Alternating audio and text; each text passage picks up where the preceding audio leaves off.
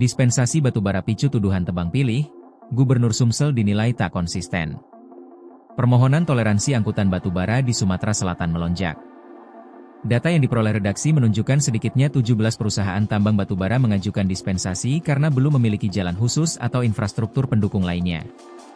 Mayoritas perusahaan meminta toleransi penggunaan maupun perlintasan, crossing, jalan nasional, jalan provinsi, hingga jalan kabupaten, dengan panjang yang bervariasi dari 2,7 km hingga 165 km. Di Kabupaten Lahat, PT Bukit Bara Alam PT Sinar Sekawan Abadi mengajukan toleransi crossing di jalan nasional. Alternatif pembangunan conveyor belt sepanjang 300 meter masih dalam proses kajian konsultan, sementara koordinasi telah dilakukan dengan BBPJN dan DLHP.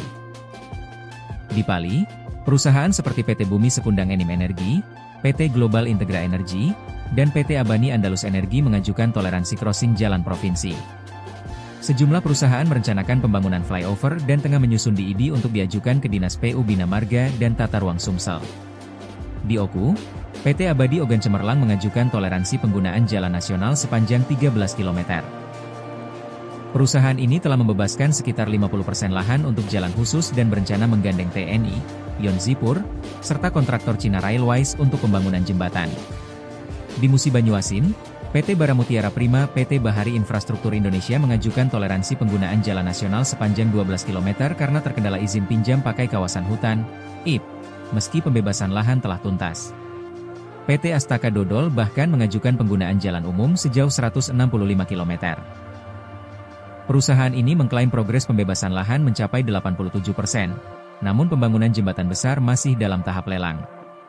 Di Banyuasin, PT Sriwijaya Alam Segar dan PT Alam Perkasa Lestari mengajukan toleransi penggunaan jalan nasional masing-masing 25,9 km dan 23,4 km, dengan alasan operasional pabrik dan risiko pemutusan kerja sekitar 1.000 tenaga kerja jika pasokan batu bara terganggu.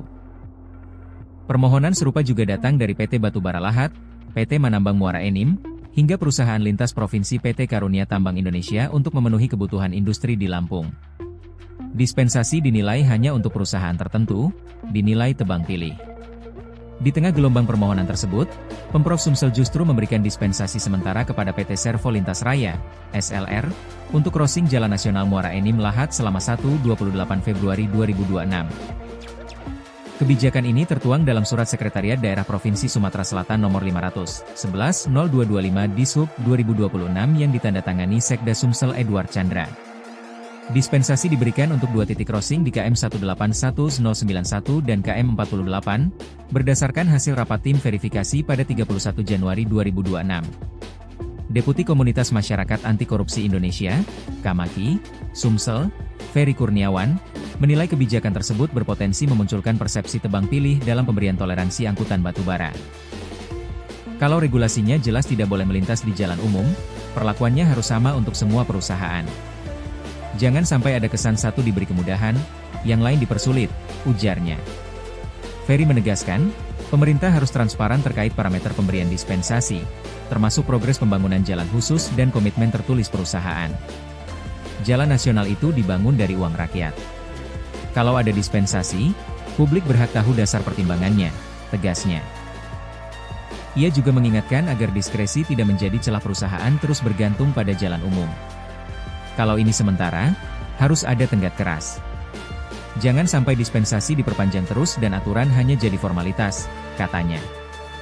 Gubernur Sumsel Herman Deru menegaskan toleransi hanya diberikan kepada perusahaan yang menunjukkan aksi nyata membangun jalan khusus. Yang kita toleransi itu yang punya aksi baik dan niat baik. Regulasi sudah jelas, tidak boleh lewat jalan raya, tegasnya. Ia menekankan, biaya transportasi dan pembangunan jalan seharusnya menjadi beban perusahaan, bukan dibebankan secara tidak langsung kepada publik. Jalan umum itu pakai duit rakyat. Anggaran kita 0,5 triliun per tahun hanya untuk pemeliharaan jalan.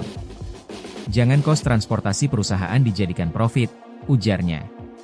Menurut Herman Deru, rata-rata perusahaan sebenarnya sudah memiliki hauling road, namun terkendala konektivitas antar ruas dan akses lahan. Jangan ego sektoral.